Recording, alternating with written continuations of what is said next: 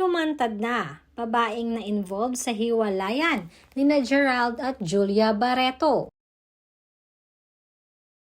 Hindi pa rin matigil ang usap-usapan patungkol sa totoong estado ng relasyon ngayon nina Gerald Anderson at Julia Barreto.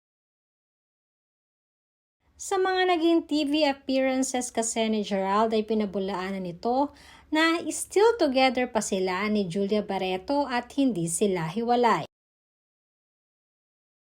Subalit madami namang nakakapansin na patuloy ang pananahimik ni Julia Barreto. Kaya naman madaming hindi mapakali at talaga namang hinalukay kung ano nga kaya ang totoong estado ng kanilang relasyon ngayon.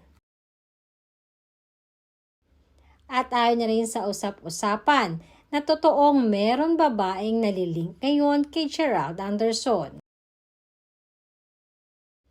At ang babaeng di umano ito ay matagal nang pinagseselosan ni Julia Barreto.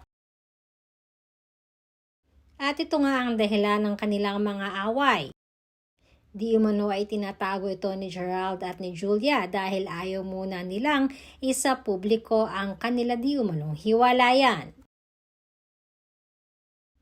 At mukhang ngayon nga ay totoo ang mga napababalitang ito, na may iba talagang babaeng involved kay Gerald Anderson kaya dumidistansya itong si Julia. Dahil kung ating mapapansin ay matagal nang hindi nating nakikitang magkasama kahit sa pictures or posting man itong sina Gerald at Julia.